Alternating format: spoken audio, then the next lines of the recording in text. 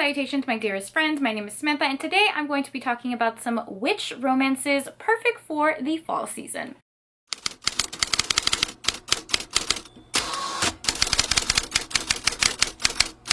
Hi, hello, how are you? Welcome or welcome back to my channel.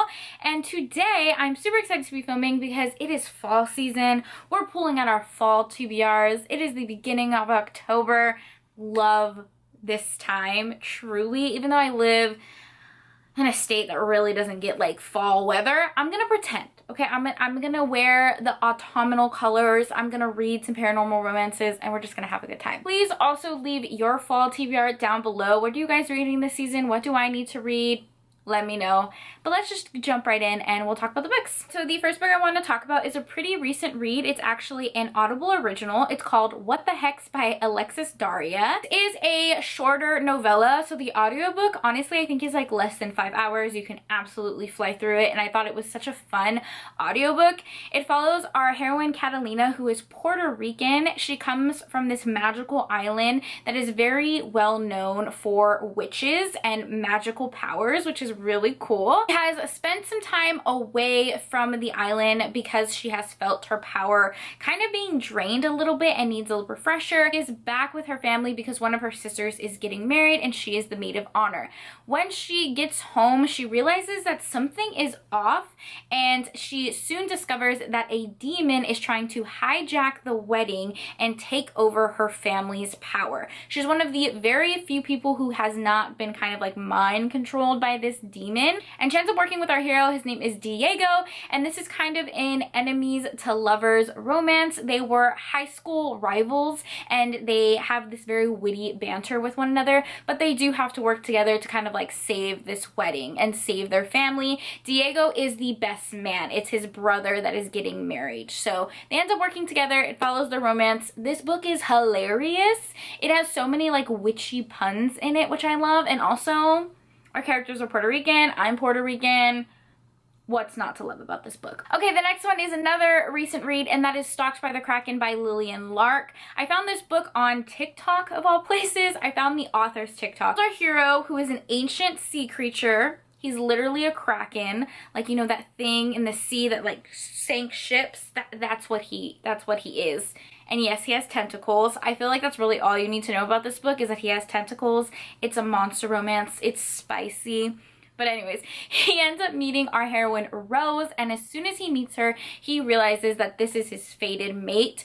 She is a witch, and her power is matchmaking. She can see people's energies and soul threads and kind of pair them together to meet their perfect match. She's come out of a really bad relationship, so she's kind of jaded, and our hero knows that. So he's very hesitant at first. He kind of like watches from afar, but when they do meet, it's super sweet and super steamy.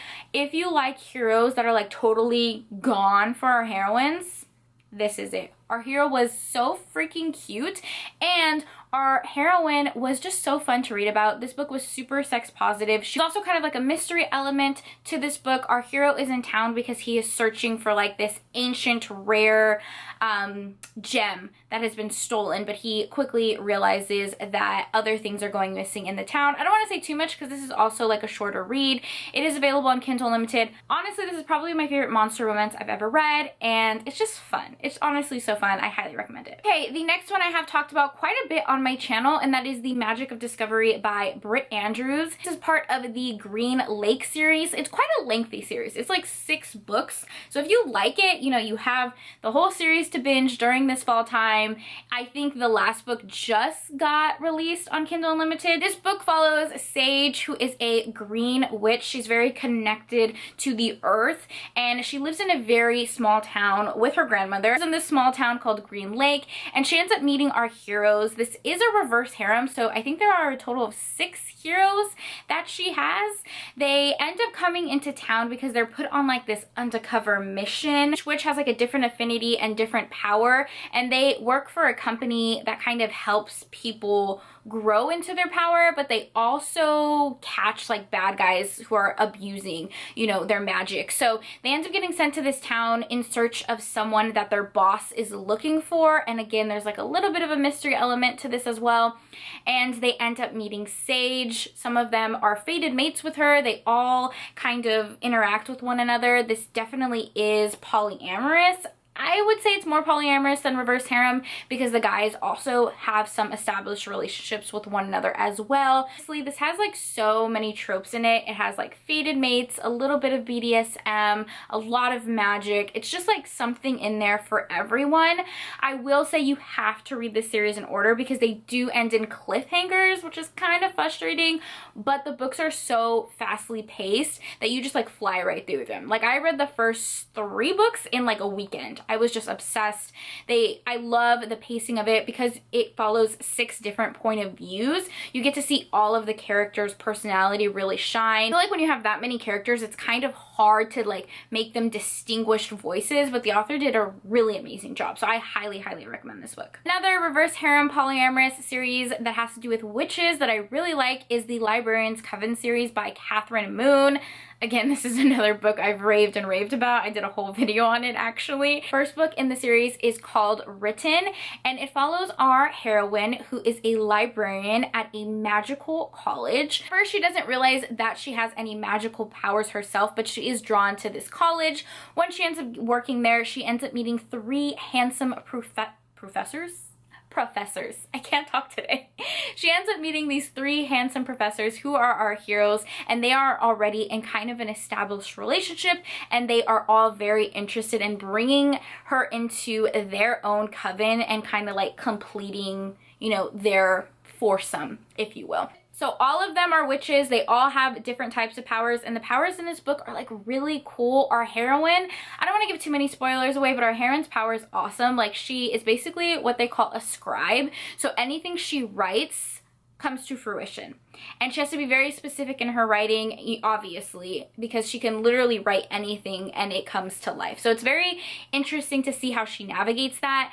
The romance in this book is phenomenal. It is the most balanced polyamorous romance I've ever read. All of the characters are romantically involved with one another. You get all 4 of their different point of views and fall in love with them with each and every book.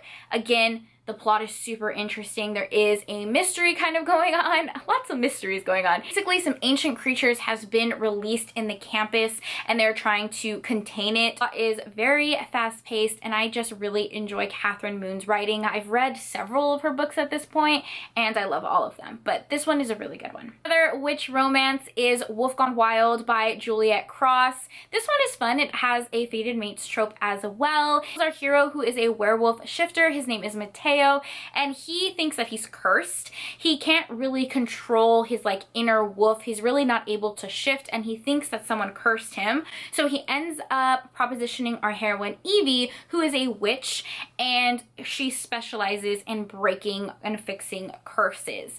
Now, it's kind of not, I don't want to say it's like a forbidden romance, but Evie's family comes from a line of witches that do not really help werewolves. So she's kind of like torn when she first meets them. We do have an instant connection, especially because Mateo believes that Evie is his fated mate.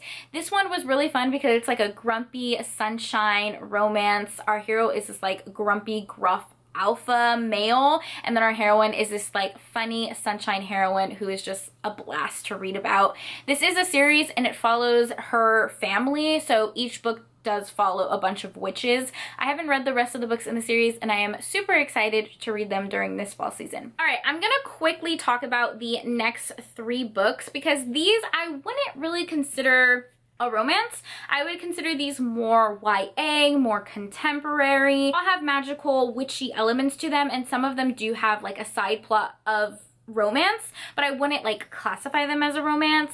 But I still want to recommend them. I just want you to know like what you're getting into. So if you don't like really spicy reads, these are all really great ones and they're super fun for the fall season. So let me just talk about them real quick. The first one I have mentioned over and over again on my channel, and that is Strange Grace by Tessa Gratton. This is one of my top 5 favorite books literally of all time, and it follows a polyamorous couple. Anyways, this follows a town that years and years ago they ended up making a deal and a bargain with quite literally the devil, and the bargain was that every couple of years they would have this thing called the slaughter moon, where they would sacrifice a boy, and because of their sacrifice their town was very prosperous and wealthy and healthy, etc., etc.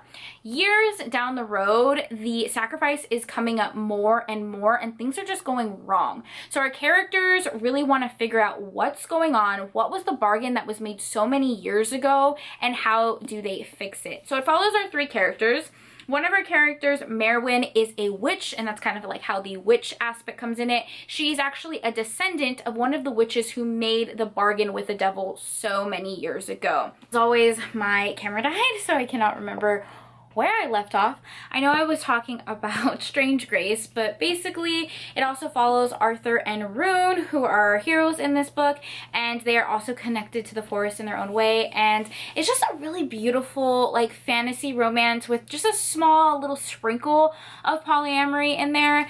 I would honestly recommend listening to the audiobook because it's so like perfect for the autumn season. Like, I love the narrator. This is a pretty like heavy fantasy book, like there's a lot going on, so I definitely think the audiobook is like really good. I just love this book so much. I mean, it's really not like heavy on the romance, but I mean, it's still one of my favorites. Okay, so the next one is another YA, and that is These Witches Don't Burn by Isabel Sterling. This is a sapphic romance. So our heroine is an elemental witch, meaning that she can control the elements, fire, earth, wind, etc., etc., like a really cool version of Avatar, you know? Anyways, there's something going on in her town. She lives in Salem, Massachusetts, which is very known for the Salem witch trials, and she realizes that there is evidence of some blood magic going on, which is pretty forbidden in her community. So she has to team up with her ex-girlfriend to figure out what the heck is going on. Only there is a new girl in town that she has a crush on, so she's kind of like navigating through that as well.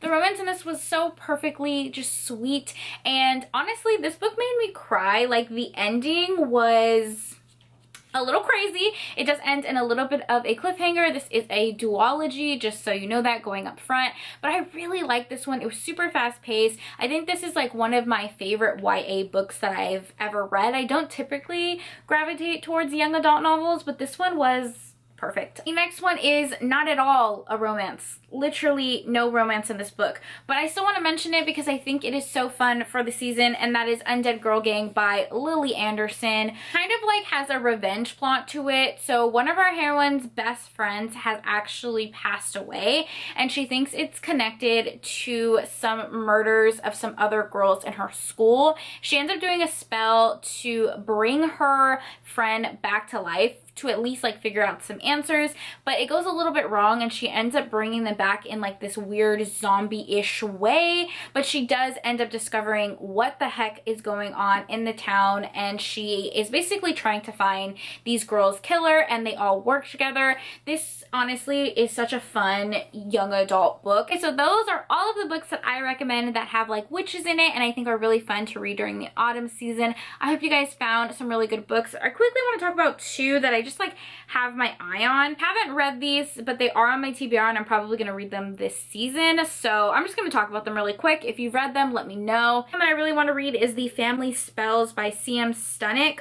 C.M. Stunnick writes a lot of reverse harem novels, and I have read some of her books and really like them. She has like a rock star romance series that I thoroughly enjoyed, so I'm super interested in this one. This is also a reverse harem novel. It's paranormal. The last one that's on my TBR is Black Witch Magic by Mila Nix.